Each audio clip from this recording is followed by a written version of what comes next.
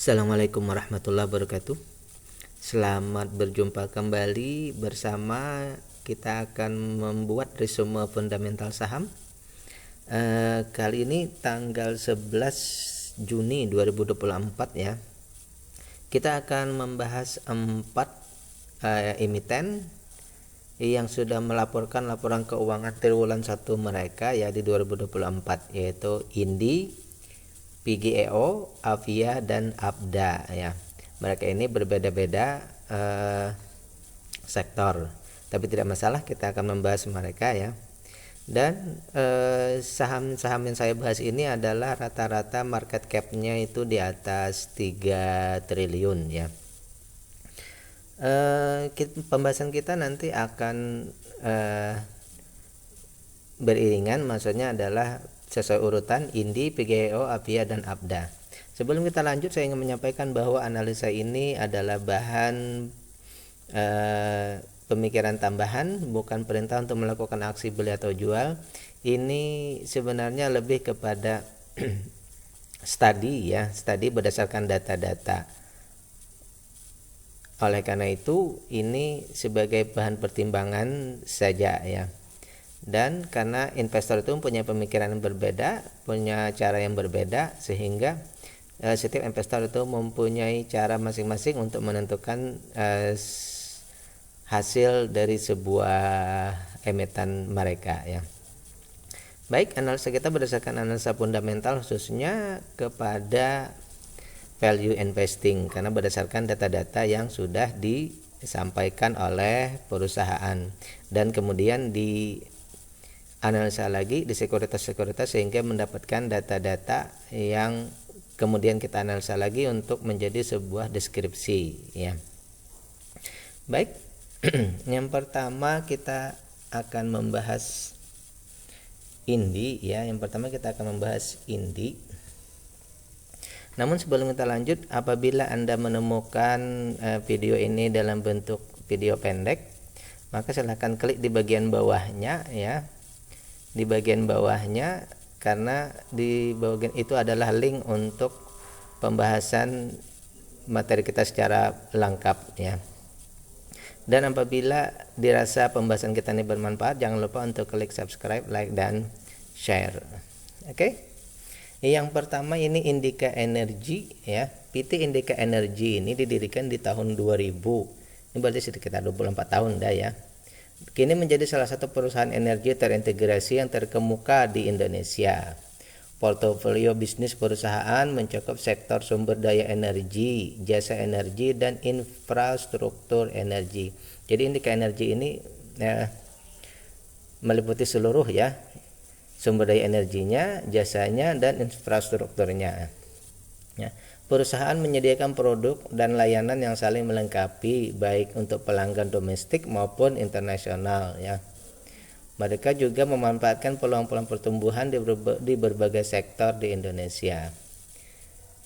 Indika Energy ini berkembang menjadi perusahaan dengan kegiatan operasional di berbagai wilayah Nusantara. Baik, kita lanjut ke pembahasan laporan keuangan triwulan 1-nya ya.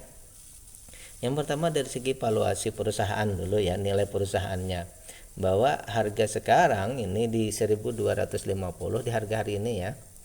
Itu masih di bawah dari nilai perusahaannya ya. Nilai perusahaannya itu 3.800-an. Berarti ada gap atau diskon dari harga sekarang dengan nilai bukunya itu sekitar 66%.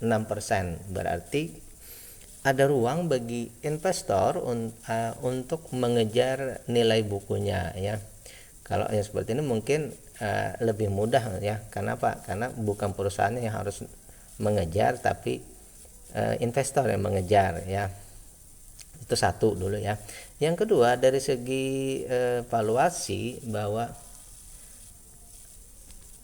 keuntungan yang dibukukan, keuntungan bersih yang dibukukan oleh perusahaan itu 247, berarti maksimal kita membeli itu di harga 2.470 ya. Nah, dibandingkan harga sekarang ini juga ya, diskonnya ini 48%, separuh. Berarti kalau kita beli sekarang, istilahnya begini, dibeli di harga sekarang berarti kita sudah dapat untung sekitar 48% ya. Meskipun itu tidak dalam artian angkanya kita dapat, tetapi dari segi tingkat harga ya murahnya yang kita dapatkan ya, diskon harga tadi. Sehingga kita simpulkan bahwa untuk valuasi perusahaan ini ya, valuasinya ini murah ya. Dari segi perusahaannya, dari segi nilai perusahaannya ya, dan juga dari segi kalau mau beli sekarang kita tinggal konfirmasikan ya, kita tinggal konfirmasikan ke dividen, apakah dengan valuasi yang murah ini ya mereka ini membagikan dividen yang peduli dengan investor. Dari segi dividen ya, ini tercatat bahwa mereka membagikan hanya 26% ya, di bawah ya, kita anggap ini kita kasih ke tanda begini dulu ya, artinya apa, mereka membagikan di bawah dari yang kita inginkan yaitu 30% ya. Tetapi ya hanya dengan 26% itu mereka ya untuk di data di kuartal 1 ya, dengan dividen yang DPR-nya hanya 25%, mereka sudah mampu mengcover 5,01. Berarti kalau begitu ya, kalau begitu hanya baru di 26% itu sudah memenuhi. Berarti ini kecilnya ya, itu istilahnya begini saya, kecilnya saja mereka mampu ya. Karena itu kalau menurut saya begini ya, apalagi kalau mereka membagikan besar, membagikan kecil saja sudah memenuhi kriteria. Memang istilahnya ini kurang, agak sedikit kurang ya, tetapi kalau secara logika kita bahwa dengan DPR yang kecil ini sudah mampu memenuhi ya, apalagi mereka membagikan dividen yang besar ya. Baik, oleh karena itu kalau menurut saya pribadi ini adalah pengecualian ya untuk DPR-nya yang kecil tetapi sangat besar. Apalagi mereka nanti kalau masih mengasih atau memberikan DPR yang besar tentu akan lebih bagus lagi ya. Baik, kita lanjut ke pembahasan berikutnya. Kita lihat di sini ya. Ini coba kita cek dulu. Untuk free cash flow ini kita lihat sedikit dulu, ini mungkin bahwa perusahaan ini ya untuk triwulan ini ya, untuk kuartal 1 bahwa perusahaan ini mempunyai free cash flow-nya sebesar 8,6 triliun ya. Free cash flow-nya ini 8,6 triliun untuk di kuartal ya. Tetapi untuk TTM ya, untuk setahun terakhir ini sebenarnya selama setahun ya, setahun setahun ke belakang, bahwa free cash flow-nya ini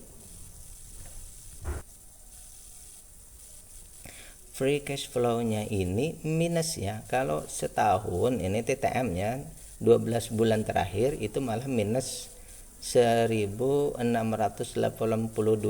per lembar saham ya. Ini berarti minusnya sangat besar ya untuk setahun ya. Itu minusnya 43,53%. Walaupun di kuartal 1 ini plus, tetapi di setahun ini minus ya, hampir separuh ini minusnya. Ini termasuk yang kalau di sini mungkin saya mendata di sebelah itu ya. Berarti secara saya lebih cenderung ke sini ya. Free cash flow-nya selama setahun itu awas ya, karena yang untuk yang di triwulan 1 memang ini plus, tetapi yang setahun full itu ya 4 triwulan terakhir itu dia masih minus. Nah, ini mungkin perlu kita perhatikan lebih jauh. Baik, sekarang kita cek lagi dari segi aset lancarnya, ini aman ya. Aset lancarnya aman. Ini kita membahas dari segi ketahanan perusahaan, dari segi aset lancar, hutang berbunga dan hutang tak berbunga ya. Nah, dari segi berikutnya bahwa aset lancar ini ya, ini aman ya, aset lancarnya aman. Kemudian dari hutangnya ini mendekati ya, hutangnya ini mendekati sudah ke mendekati hutang berbunganya ini mendekati 100, cuma kita masih dalam kategori begitu. Tetapi hutang tak berbunganya ini yang sudah melewati batas. Ini menurut saya pribadi ya.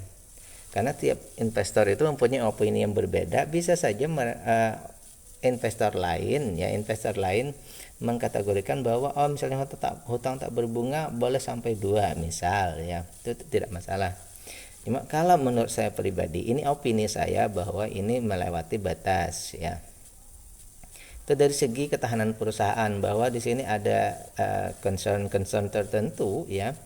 Dan terakhir dari segi kepemilikan, ini masyarakat yang di bawah 5%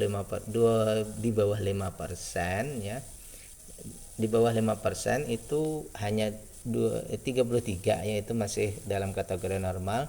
Dan terakhir semua sahamnya itu berbentuk digital, bisa ditradingkan. Berarti ini kita mesti harus mengecek setiap saat ya. Kita harus mengecek setiap triwulan apakah ada pergeseran di non warkatnya ini, karena ini semuanya sudah berbentuk digital. Oke, oleh karena itu saya membuat dulu resumenya di sini bahwa untuk pengendali memang bukan retail, tetapi di sini di masyarakat sahamnya semuanya sudah berbentuk digital. Baik, sampai di sini bahwa bagi yang dividend investing ya ini dan value investing, perusahaan ini cukup atau sangat sangat menarik istilahnya ya. Kenapa? Karena dengan DPR kecil saja dividennya besar dan valuasinya ini sangat murah ya.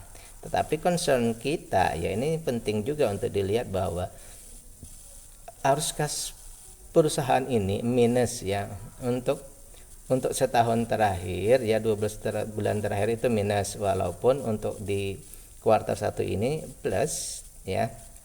Cuma kita harus tetap menunggu bahwa dia harus, kalau menurut saya pribadi harus minus. Kenapa? Mungkin saja seperti ini, bisa saja perusahaan memerlukan dana tambahan ya. Kenapa? Untuk bisa operasionalnya dengan baik. Kemudian yang kedua di sini bahwa hutangnya ya, hutang tak berbunga ini juga melebihi batas yang menurut opini saya ya ini ditentukan. Banyak juga investor lain yang mempunyai pemikiran yang berbeda ya. Nah, karena itu kalau menurut saya pribadi ya, ini menunggu free cash flow dan free cash flow dan hutang tak berbunganya ini membaik ya. Jadi menurut saya pribadi seperti itu.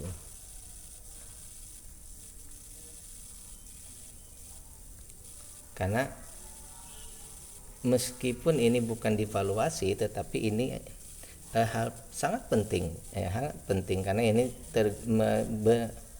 karena ini berkait dengan nanti perusahaan ini mampu bertahan atau tidak ya. Apakah mereka harus memerlukan dana tambahan atau tidak. Mungkin nanti bisa arahnya ke right issue atau mungkin ke private placement dan lain-lain. Nah, ini juga concern bagi investor ya, mau memegang lama. Kalau mau memegang pendek ya mungkin tidak masalah ya. Baik, itu pembahasan kita yang pertama tentang INDI ya. Kita akan membahas yang kedua, saham yang kedua yaitu PGEO ya, PGEO. Oke, kita akan membahas saham yang kedua, PGEO atau Pertamina Geothermal Energy Tbk ya. Pertamina Geothermal Energy Tbk. Sekali lagi, jika dirasa pembahasan kita ini bermanfaat, jangan lupa untuk klik like, subscribe dan share ya. PGEO ini adalah sebagai bentuk komitmen dalam pemanfaatan energi gas bumi, sehingga Pertamina mendirikan anak usaha dengan nama Pertamina Geothermal Energy atau PGE ya. Jadi ini anak usaha dari Pertamina, berarti BUMN ya, yang mereka berfokus untuk melanjutkan pengelolaan kegiatan usaha untuk mengembangkan dan memanfaatkan potensi sumber energi panas bumi yang dimiliki oleh Indonesia. Nah, jadi di sini khususnya kepada bidang energi panas bumi ya, berarti LNG ya, gas yang berurusan dengan gas ya. Baik, ini adalah laporan triwulan 1 mereka ya, triwulan 1 2024 dari PGEO ya. Mereka sudah membagikan dividen untuk 2023 ya, komdetnya itu tanggal 5 Juni yang lalu ya, sudah dibagi berarti ya. Berarti kalau kita beli saat ini sudah lewat ya. Baik, tetapi kita akan membahas dari segi perusahaannya ya. Yang pertama bahwa dari segi perusahaannya ya, dibandingkan dengan harga sekarang ya, perusahaan ini sudah dihargai tinggi oleh investor. Artinya investor sudah menghargainya di atas dari nilai bukunya. Itu sekitar 51% sudah di atas. Artinya apa? Pada saat pembelian sekarang ini harga kita sudah rugi 51%. Ibaratnya harga 100.000, kita belinya sekarang di 151.000 ya, seperti itu bayangannya pembelian kita. Artinya kita bukan dapat diskon, tapi kita sudah dapat kerugian di waktu membeli, itu secara perhitungan dari nilai buku. Kemudian kalau kita membandingkan dari segi valuasinya ya, dari segi valuasi untuk beli saat ini murah atau mahal, maksimal beli kan 620, harga sekarang ini sudah 1170, malah ini lebih besar lagi ya, 89% di atas ya. Oleh karena itu dari segi valuasi perusahaan ini sudah kita kategorikan dalam kategori yang mahal. Sekarang pertanyaannya, apakah mahal itu rugi? Tidak selalu berarti rugi. Mahal itu artinya sebenarnya misal dari perusahaan ini untung ya. Coba kita lihat dari segi book value itu 775 kan. Kemudian dari segi keuntungan mereka itu 62 rupiah. Artinya apa? Hampir 10%. Keuntungan perusahaan, keuntungan bersih itu hampir 10%. Artinya perusahaan ini untung, perusahaan ini baik ya. Tetapi karena investor sudah mungkin mereka membelinya dari lama ya, sehingga investor itu menghargainya sudah lebih tinggi, karena mungkin saja mereka menganggap ini baik, lalu otomatis mereka membeli di harga berapapun ya, akhirnya harganya naik. Jadi bukan berarti bahwa valuasi yang tinggi itu perusahaannya itu jelek, bukan. Mungkin saja sudah dihargai tinggi tadi ya. Baik, sekarang kita konfirmasikan harga yang tinggi ini seperti apa. Ternyata dengan harga yang tinggi tadi, perusahaan ini membagikan dividen payout ratio atau DPR-nya ini 78%. Artinya apa? Sangat friendly dengan investor ya. Dari segi dividen ini sangat bersahabat dengan investor. Namun dari 78% itu tetap masih belum memenuhi kriteria kita 5%-nya ya. Jadi di sini ada ya, kenapa? Bukan berarti tadi perusahaannya jelek, tetapi karena di harga sekarang ya, di harga sekarang sudah sangat tinggi ya. Sebenarnya perusahaan membagikan DPR besar, bagus, sangat bagus ya kan. Tetapi masalahnya karena investor sudah menghargainya tinggi, akhirnya dividen yield-nya rendah ya. Akhirnya dividen yield-nya rendah ya. Tingkat pengembalian tahunan kita rendah ya. Seperti itu saja benarnya. Andai harganya lebih diturunkan dulu, baru kita mungkin menganggap bahwa ya, dividennya bisa menjadi lebih bagus ya. Baik, itu dulu dari segi pembahasan kita untuk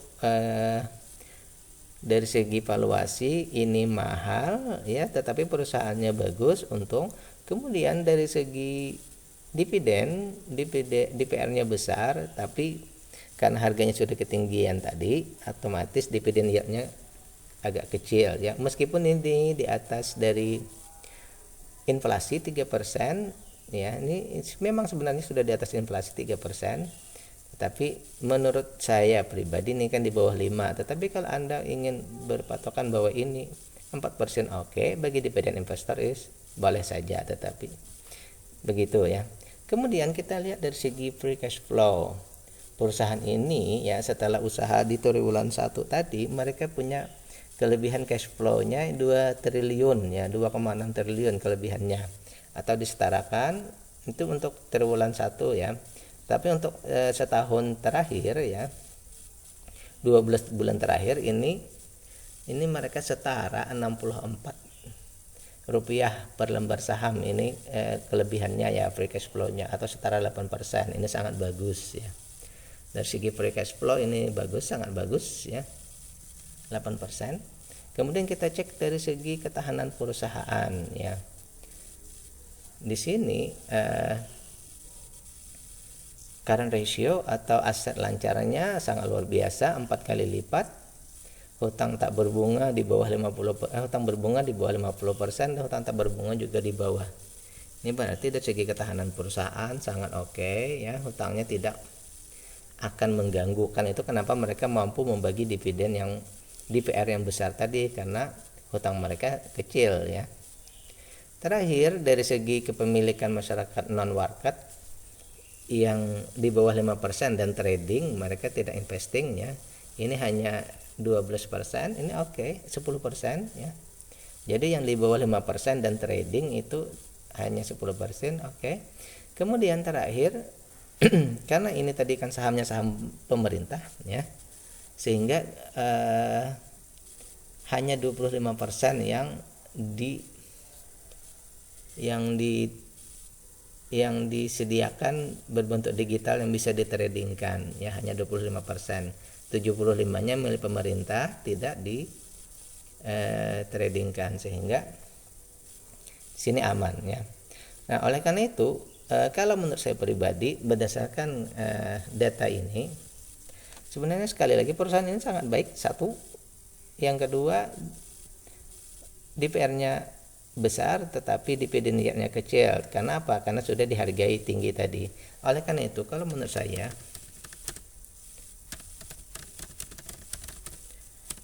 ini saja lagi ya kesimpulan kita ya, bahwa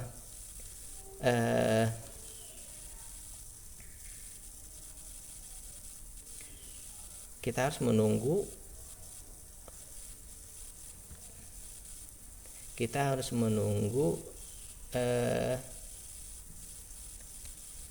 valuasinya membaik. Mungkin ya, valuasi membaik ini bisa saja pilihannya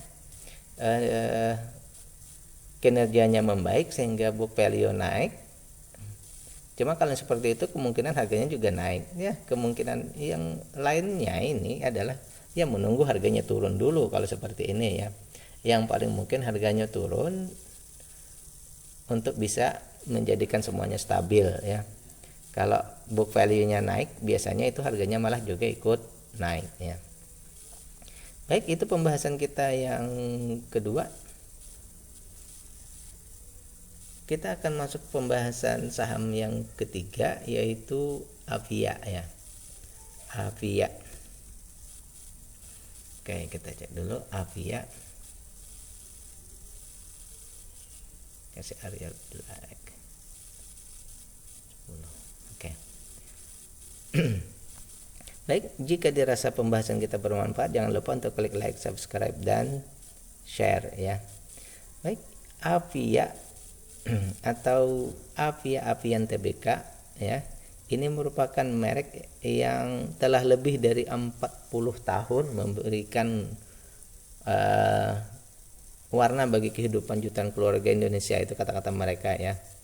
Dengan produknya yang bermacam-macam, diantaranya ada apian cat kayu dan besi, apian cat tembok ya, kemudian no drop juga ya.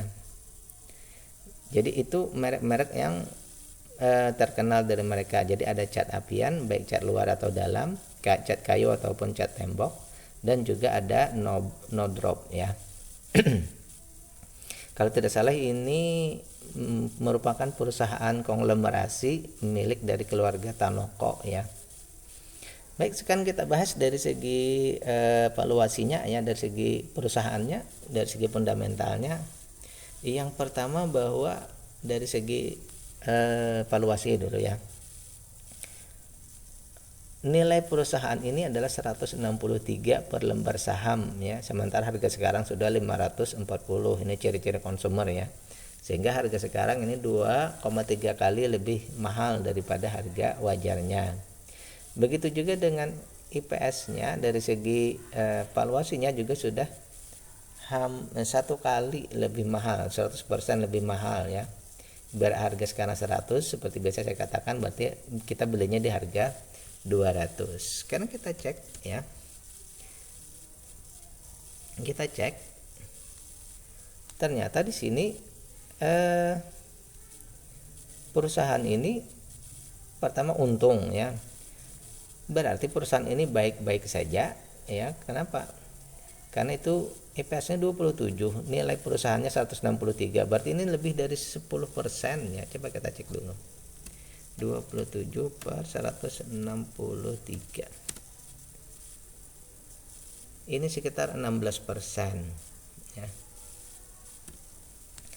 Perusahaan ini untungnya 16%, ini luar biasa. Sebuah perusahaan untung bersihnya 16% ya. Nah, karena untungnya yang besar itu, oleh karena itu perusahaan ini dihargai tinggi oleh investor. Jadi valuasi yang mahalnya ini karena mereka untung tadi ya, karena mereka untung besar tadi. Begitu kesimpulannya ya. Harganya yang tinggi karena memang perusahaannya bagus, untung ya. Yang kedua, kita mau cek lagi dari segi dividen. Ternyata mereka juga membagikan dividen yang besar ya. Ini sekitar 81%. Ini luar biasa.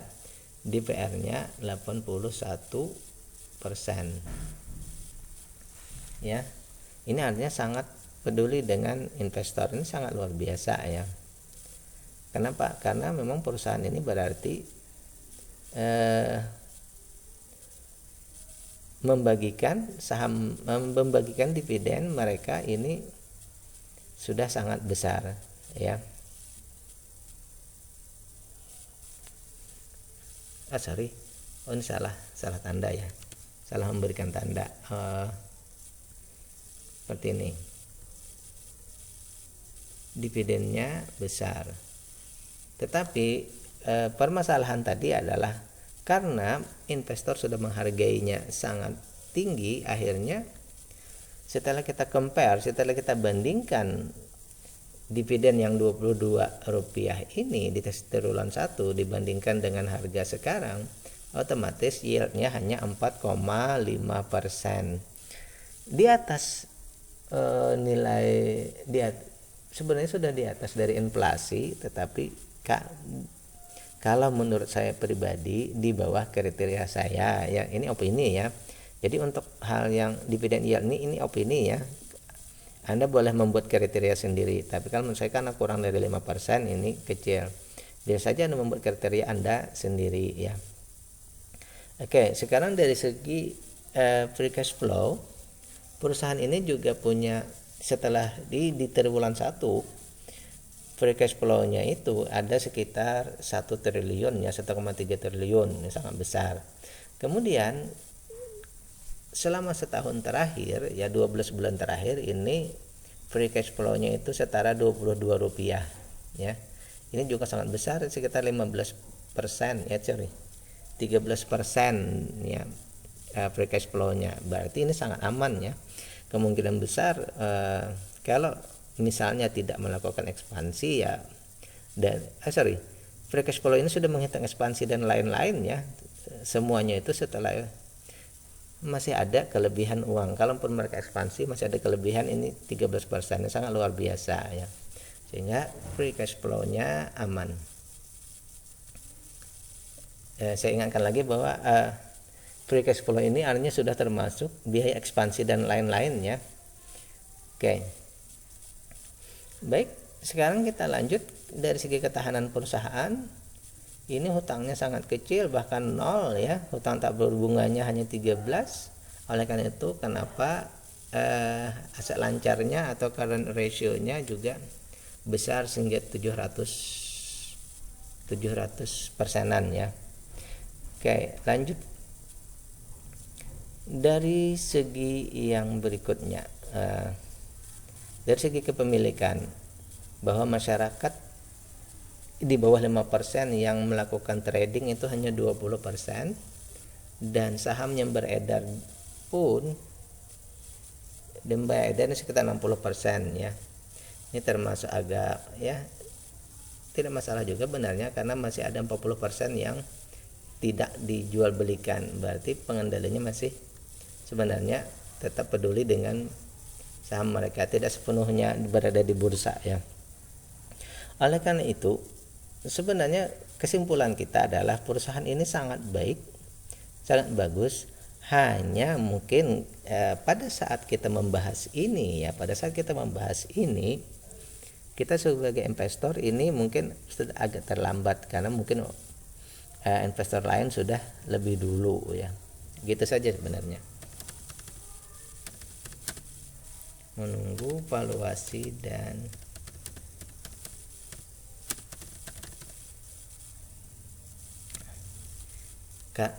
sebenarnya ini sekali lagi disebabkan oleh apa? Disebabkan oleh investor sudah membeli saham ini lebih dulu ya. Mungkin pada saat ini kita sudah terlambat. Mungkin salah satu cara kita adalah menunggu dulu, berarti ya, menunggu harganya menuju equilibrium, atau maksudnya ya harga sahamnya turun dulu sehingga nanti dividen yield-nya membesar ya, dan valuasinya juga membaik ya. Mungkin seperti itu saja. Perusahaan ini baik itu ya, tadi perusahaan ini baik, tetapi valuasinya saja yang sudah mahal. Itu saja. Terakhir kita akan membahas yang keempat, Abda ya. Baik, kita cek ke bawah dulu Abda. Oke, Abda. Kita perbaiki dulu datanya ya. Oke. Abda ini adalah asuransi Bina Dana Arta Tbk ya. Atau Abda ini bergerak di bidang asuransi yang fokusnya pada perlindungan resiko kerugian ya. Perlindungan terhadap risiko kerugian. Pertanggungannya itu bisa kebakaran, kendaraan bermotor, rekayasa, tanggung gugat, pengangkutan, peralatan berat, kesehatan, aneka dan lain-lain. Berarti semua ya, semua jenis asuransi ya. Semua jenis asuransi mereka ada ya. Mereka juga memiliki 33 kantor cabang ya. Sangat banyak berarti ya. Oke. Kita akan cek dari segi nilai laporan keuangan triwulan satunya ya. Yang pertama, bahwa perusahaan ini ya mendapat tanda ya notasi khusus dari IDX ya, ekuitas dalam pemantauan. Ada notasi khusus dari IDX yaitu ekuitas dalam pemantauan, berarti ini kodenya X ya. Lanjut, kita lihat dari segi nilai perusahaan. Nilai perusahaannya ini adalah 2.400-an ya. Harga sekarang ini di 5.000. Berarti di sini ya, kalau kita membandingkan dari segi nilai buku dan harganya, ini berarti sudah hampir ya sudah 1 kali lebih tinggi, berarti 100% lebih tinggi daripada harga wajarnya ya, daripada nilai bukunya 2.400 dan 5.000 ya kan, berarti sedikit lebih dari 100%. Yang kedua, dari segi keuntungan, untuk menentukan apakah perusahaan ini murah atau mahal, ini maksimal beli kan 1.170, harga sekarang 5.000. Nah, sehingga dari dua data ini kita dapatkan kesimpulan kita bahwa perusahaan ini sudah dihargai mahal oleh investor. Investor sudah menghargai tinggi. Kita cek dari segi keuntungan, berarti perusahaan ini ada untung ya. Perusahaan ini mendapatkan untung 117 ya, dikali 2439 kali 100. Jadi perusahaan ini untung bersihnya 4,7% atau sekitar 5% keuntungannya ya.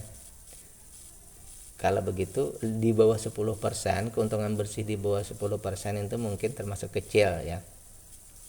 Baik, untung bersihnya sekitar 4,5% ya, 4,7 tadi ya. Nah, dengan begini berarti sebenarnya simpelnya perusahaannya baik ya, tetapi investor sudah menghargainya tinggi. Perusahaan ini tidak rugi, berarti perusahaan ini baik, tetapi harganya sudah dihargai tinggi ya. Itu saja. Kemudian kita cek dari segi dividen ya. Sayangnya perusahaan sampai saat ini belum membagikan dividen dan belum ada kabar tentang RUPS-nya kapan. Nah,